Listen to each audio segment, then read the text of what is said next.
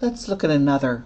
Is it always, sometimes, or never the case that if you have a matrix A and D is a diagonal matrix with elements delta sub 0 out to delta sub n minus 1, that A times D is going to result in a matrix with columns, the delta i's times the ith column of A? Is that always, sometimes, or never the case? And if I look at some of the examples, it seems like it might be true, so I'm going to try to prove it. So the first thing I need to remember is what I'm going to do is partition A into columns, A sub 0, A sub 1, out to A sub n minus 1.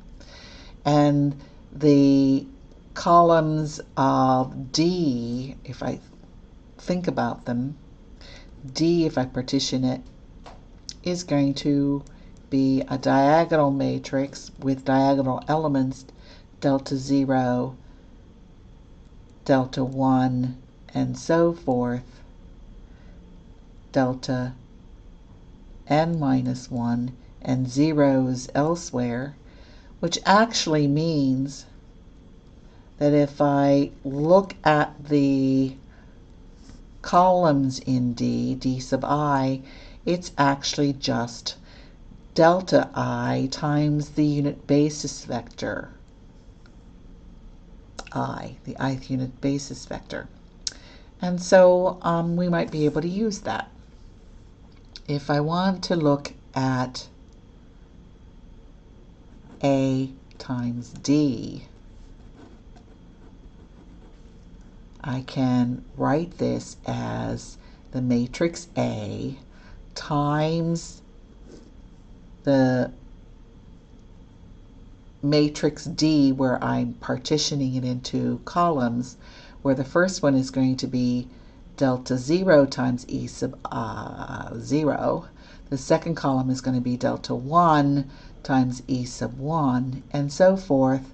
The last column is going to be delta n minus 1 times E sub n minus 1. But this is just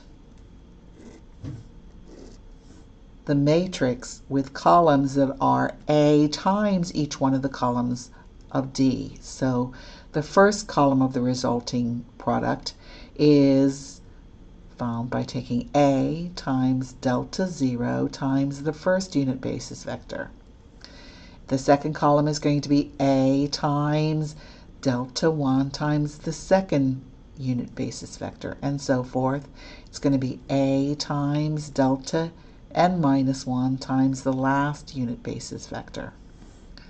Well, notice that these deltas are just scalars and the e's are unit basis vectors, but I know when I'm dealing with scalar multiplication it is commutative, so I can actually pull it out of the product.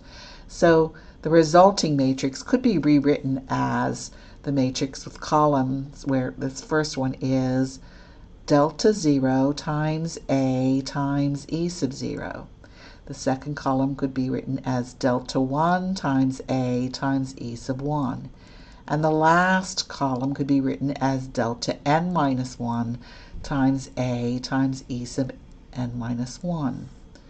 But now I recall that if I'm taking the matrix A and multiplying by a unit basis vector, that just picks out one of the columns of A, the matching column of A. So the resulting matrix is going to have as its first column delta 0 times, well, A times the first unit basis vector is just A sub 0.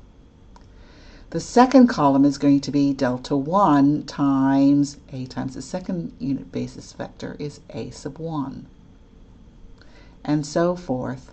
The last column is going to be delta n minus 1 times A sub n minus 1. But that is exactly what we wanted to show. So yes, this is always true.